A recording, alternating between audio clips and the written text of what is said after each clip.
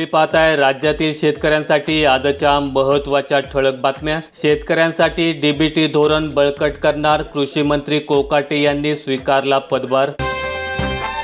पंजाब बंदचा देशभर फटका, शेतकरी आक्रमक, 9 तास रस्ते रेल्वे वाहतूक बंद, पोलीस शेतकरी दुकानदारांमध्ये वाद। द्राक्ष उत्पादकांना अच्छे दिन, बाजारात मागणीपेक्षा पुरवठा कमी, मध्यस्थीशिवाय व्यापारी उत्पादकांच्या बांधावर प्रतिपेटी 500 ते 600 रुपयांचा दर। तांदळाला 80 रुपये दराचा ठराव, कोपर्डे हवेलीतील तिसरी तांदूळ परिषद संपन्न। मुलगी मिळत नसल्याने तरुणाई निराश, ग्रामीण भागात मुली मिळत नसल्याने लग्नाचे वय निघून जात आहे, गावागावात वाढते बिनलग्नांच्या तरुणांची संख्या। शेतकऱ्यांचे 1000 कोटी रुपयांचे कर्ज थकीत, बुलढाणा जिल्ह्यात शेतकऱ्यांचे 1048 कोटी रुपयांचे कर्ज थकीत असून उत्पादनात घट आणि शेतमालाला भाव नसल्याने शेतकऱ्यांना सरसकट कर्जमाफीची अपेक्षा आहे। नवीन तुरीला बाजारात 7000 ते 7300 पर्यंतचा दर, विदर्भात 7000 रुपयांच्या आतच दर, कारंजा बाजार समितीत जुन्या तुरीचे दर तेजीत। कृषी योजनांपासून शेतकरी वंचितच, योजनांविषयी खरे गरजू अनभिज्ञच, संपर्कातील धनदांडग्यांनाच मिळतोय लाभ। वणी तालुक्यात नोंदणी अभावी कापूस खरेदीस नकार, स्मार्टफोन ठरतोय शेतकऱ्यांसाठी डोकेदुखी, खासगी व्यापाऱ्यांकडून शेतकऱ्यांचे शोषण।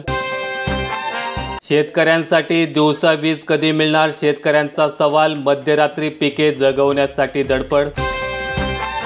अवकेच्या 0.13% कांद्याला उच्चांकी तर 98% मालास मिळाला सरासरी दर, उच्चांकी दराचा केला जातो पराचा कावळा, चांदवड तालुक्यातील शेतकऱ्यांचा आरोप। नाशिक जिल्ह्याचा कृषी पोखरा योजनेमध्ये समावेश, शेतकऱ्यांना मिळणार योजनेचे लाभ, योजनेअंतर्गत निफाडची 33 गावे अंतर्भूत। आंबेगावमध्ये 3 महिन्यांच्या वासराला लाखाचे मोल, 3,11,000 रुपयांनी खरेदी, बैलगाडा शौकीनांमध्ये वासराची चर्चा। अवकाळी आणि पूरग्रस्तांच्या मदतीकडे सरकारचे दुर्लक्षच, हिवाळी अधिवेशनात कुणालाच राहिली नाही दुष्काळग्रस्तांची आठवण, नागपुरात हिवाळी अधिवेशनाने केले उपेक्षित। फुलकोबीचा दर पडला, काढणीचा खर्च शेतकऱ्यांच्या अंगावर, पीक शेतात कुजवण्याची वेळ। अकोला जिल्ह्यात बारदाना तुटवड्याने सोयाबीन खरेदीत खोळंबा, अनेक ठिकाणी केंद्रे बंद, जुना बारदाना वखार स्वीकारेना। जामनेर विभागात पावसाळी वातावरण व सरकीअभावी सीसीआयने थांबवली कापूस खरेदी, विभागीय आयुक्तालयाकडून आदेश आल्याची माहिती, मोजणीअभावी 100 वाहने थांबून। देशात हळद क्षेत्रात 35,000 हेक्टरने घट, अतिउष्णता, सततच्या पावसाचा फटका, बियाण्यांच्या वाढत्या दराचा परिणाम, उत्पादनात 15% घट शक्य। मिशन मौसम मधून शेतकऱ्यांचा फायदा होणार, मिळणार अचूक हवामान अंदाज। वाशिम जिल्ह्यात सीसीआयच्या केंद्रातील कापूस खरेदी पुन्हा सुरळीत, शेतकऱ्यांकडून विक्रीची घाई, त्रास टाळण्यासाठी मोजणीचे नियोजन, शेतकऱ्यांचा कापूस खरेदी करण्यास सीसीआय बांधील। बोरं आहेत की ॲपल, चमेली भाव खाते, चवीला आंबट गोड असल्याने बालकांची ही पसंती। तुरी काढण्यासाठी सर्रास हार्वेस्टरची मदत, मजूर टंचाईवर मात, यांत्रिकी शेतीने पैशांचीही होते बचत।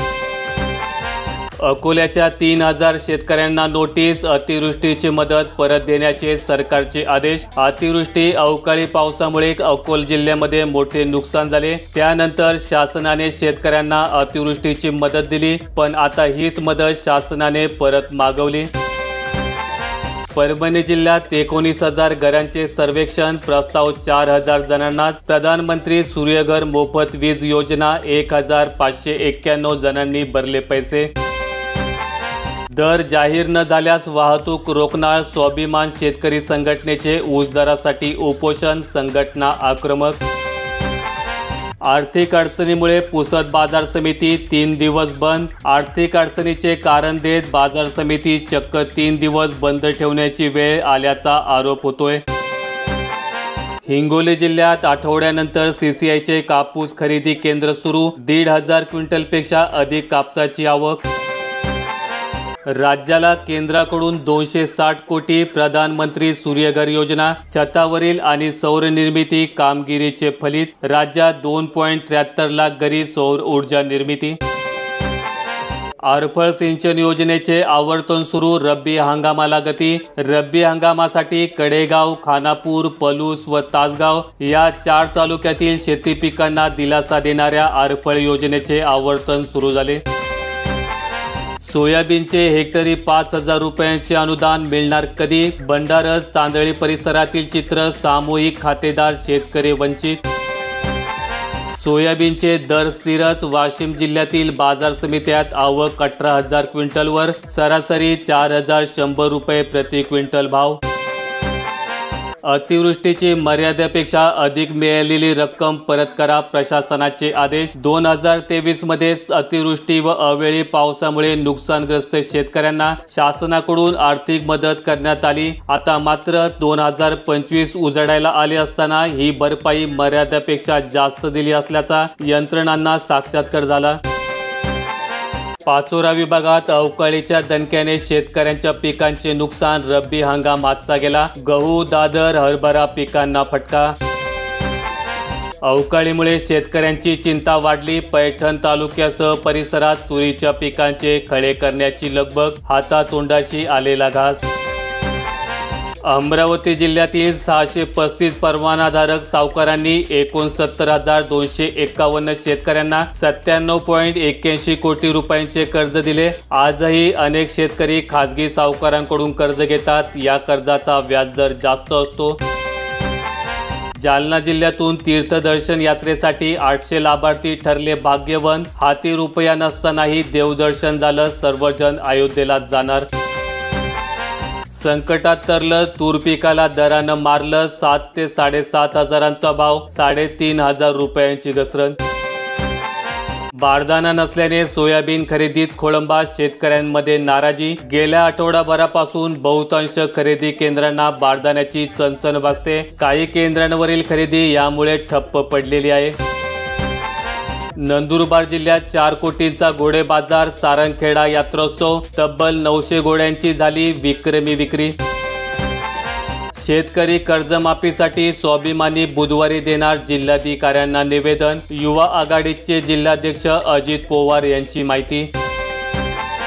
आळेफाटा उपबाजारात कांदा आवक घटली, प्रति 10 किलो 351 रुपयांचा कमाल भाव. 2,500 गावांमध्ये भरता येणार नाही पीक विमा, गैरप्रकार टाळण्यासाठी कृषी विभागाची कारवाई. नुकतेच राज्यातील 3.25 लाख बोगस अर्ज रद्द केले आहेत, तर आता विमा पोर्टलवरील अंदाजे 2,500 गावांची नावं ब्लॉक करण्याची शिफारस करण्यात आली. सैन्य दलात भरती होणाऱ्यास 25,000चे बक्षीस. खंडाळा तालुक्यातील घाडगेवाडी ग्रामपंचायतीचा आदर्श उपक्रम, नवयुवकांना प्रोत्साहन देण्याचा प्रयत्न. अतिवृष्टीचे हडपलेले 52 लाख झाले शासन जमा. जळगाव जामोद तालुक्यात गेल्या वर्षात अतिवृष्टी झाल्यानंतर शेतकऱ्यांना मदत मिळावी यासाठी महसूल यंत्रणेने पंचनामे करून अहवाल तयार केले होते. अवकाळीने मका, हरभरा आडवा. बोदवड तालुक्यात मोठे नुकसान, लोणवाडी परिसरात सर्वाधिक फटका. माहिती आवडल्यास व्हिडिओला लाईक करून दररोजच्या बातम्या पाहण्यासाठी चॅनल सबस्क्राईब करा. धन्यवाद.